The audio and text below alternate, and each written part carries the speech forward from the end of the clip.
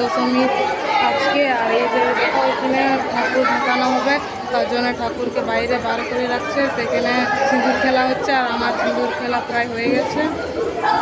আর এই দেখো দেখতে পাচ্ছ, ওই দেখো ঠাকুর বাইরে আছে, এখন গাড়িতে তুলবে ঠাকুরকে। আর এই দেখো আমার ননদের তারা ছবি তুলছে, দেখো সবাই ছবি তুলছে। আজকে অনেক ভিড়, আর আজকে থেকে সব বন্ধ, আর হবে না হলে 3 দিন ঘরে থাকতেই নিয়ে মন্দিরে এসেছি, একটু কিছু তো মন্দির, সন্ধ্যা হলেই মন্দির।